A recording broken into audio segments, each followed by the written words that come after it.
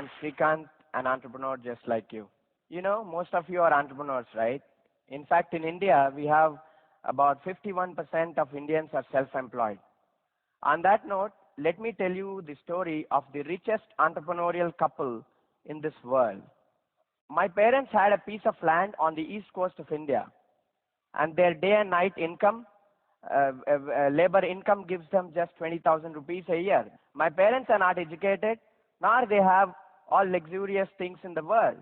Yet their life was meaningful and happy with family and friends until I came along.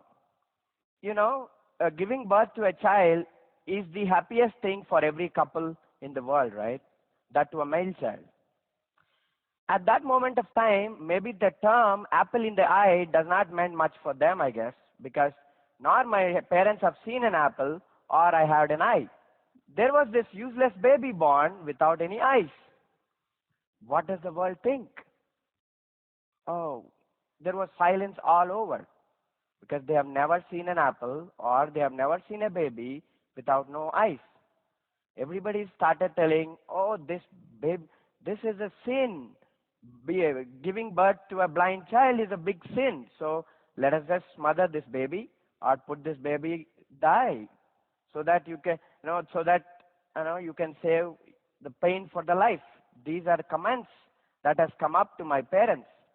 In fact, even till today, millions of parents of the disabled kids do listen to these comments and smother the babies like the girl child, or get rid of them, or put them at homes, separating from the mainstream society.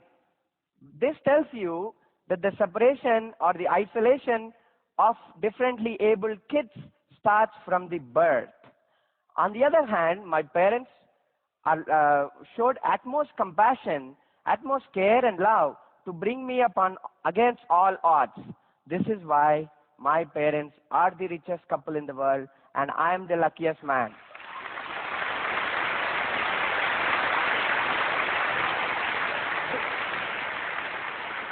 Compassion is not just giving a coin, opening your car window at the traffic signal. It's the compassion is the way of showing somebody to live, show somebody an opportunity to thrive and make them rich. Richness doesn't come from money. It just comes from the happiness. As a child, I spent most of my time going with my father to observe the process of cultivation. I couldn't do much because I have these short legs, and I put up this leg and it goes half a feet inside in the muddy water. What can I do? Nor I see anything in front. And I was just spending time like an idiot. And my father began to think, oh, you know what? When he was born, people were telling he can be useless. Maybe he could. And that is when he decided that I should study. And that was the time he decided I should do something different because I don't fit in their entrepreneurial model. This in the entrepreneurship, we have this lean business model where you evaluate the enterprise and say how quickly this fails. And in my parents' view, in their lean business model, my life was a big failure. Yeah. Next, although I don't have schools in my village, my father put me in a school far away, and it was a big trek. It was not easy crossing all these muddy puddles when it rains, or vehicles trying to hit you, or going through all these sludges and things for about 4 or 5 kilometers. Even for you, it is difficult, right?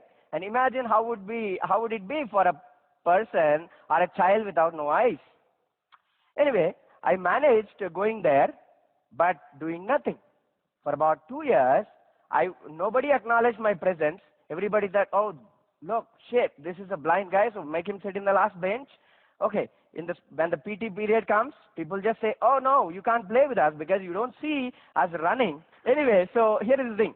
So that was the time in my life I felt I was the poorest child in the world.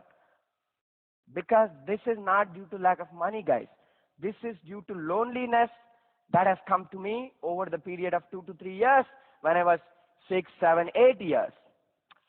then when the school was not helping me too much, people thought, and my parents and my relatives thought I should study somewhere with people of my own kind. And that's how I was shifted to Hyderabad, to a special school where I began my career as an outstanding student, getting all top ranks, and played chess and cricket for India. And like I had great memories of drawing good chess matches with women grandmasters and whatnot. Worked with Dr. Kalam on various projects. Motivated around motivated around 800,000 youth in the Youth Transformation Project, Lead India. Guys, this is not to brag myself, but again, doing all this, I couldn't achieve much. When I finished my 10th grade, with over 90%, I decided to take up sciences and study science in the AP State Board intermediate level. To my surprise, people told me I can only take arts. Why is that? Was because I was born blind? No, I was made blind by the perceptions and the stigma of the people. Because I am blind, they said I cannot take up sciences. Somebody asked, hey, look, I throw a ball. Can you tell me which direction does it go? Not can you tell me that? No, right? We have this Newton's laws and the kinematic equations to solve. But that didn't convince them. So I was not given an opportunity. So I decided to sue the government. Rather than taking arts or choosing, just worried about moving away from the problem is not in my blood. Because I wanted to remove the loneliness of poverty and do something unique. So I stood against, sued the government, fought for about 6 months.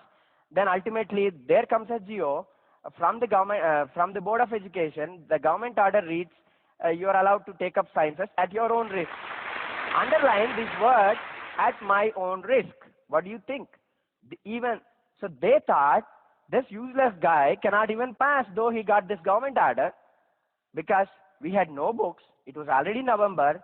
We had no books. We had no material. We had no accessible diagrams in the colleges. So anyway, I got recommendation, joined a small college, and made my mentor record all my textbooks into audio tapes. Worked hard and got about 98% in the intermediate. Right? So, this told them that a person with any difficulty can do anything. But again, intermediate is over, holidays done. Now time to go to IITs or MITs or BITS Pilani or something like that, right? So I applied and waited. I never got an all ticket. Then there comes a letter, says you're blind, you're not allowed to apply for any competitive exams. That's again a problem, right? When IIT didn't wanted me, I also didn't want IIT either. Because how long can we fight? So I applied for top schools in the United States and got into top 4 schools. MIT, Stanford, Berkeley, and Carnegie Mellon. So I went to MIT as a first international blind student to MIT in the history. I had to suffer in few areas, but started doing well. Then that was the time I began to think, what do I want to do with my career? Maybe just get married? No. Just work in corporate America? No. Do something to solve these problems that I have faced. So many questions started bothering me. Why should this blind kid be made to sit in the last bench? Why should 10% of India's population who are disabled be out of the economy, and why can't be the integral part of the economy? Why can't they work? Why can't they make their living? These are the questions that bothered me and got me back to India, giving up all the opportunities in the corporate America. And we built very strong support service platform to find, rehabilitate, nurture and reintegrate disabled people or kids into the society, not out of the society. And we have supported over 3,000 students in education, vocational rehabilitation, sports, and much more. What do we do for the employment? That is when we built this company with over 150 disabled employees, grossing over $1 million in sales, valued over $8 million, And you know what? Today still we are on day one of our growth. So there's a long way. There's long way. There's much more to do. So I would want to leave you today with these three lessons. Show compassion and make people rich. Remove loneliness from people, and thereby you can remove poverty. Loneliness itself is the big poverty, so remove it from people, create better world, make people happy, so that we can create a fairer and cleaner world to live. And the third lesson is very simple, right? When you intend to do something good, you will be the first one to get benefited. Like you have seen in all my encounters, right? I was the first one to get benefited. So do something good, create fairer and cleaner world for all of us to live in. Because world looks up to me and says, Shrikant, you can do nothing. But I look at the world and say, I can do anything. With that, thank you very much.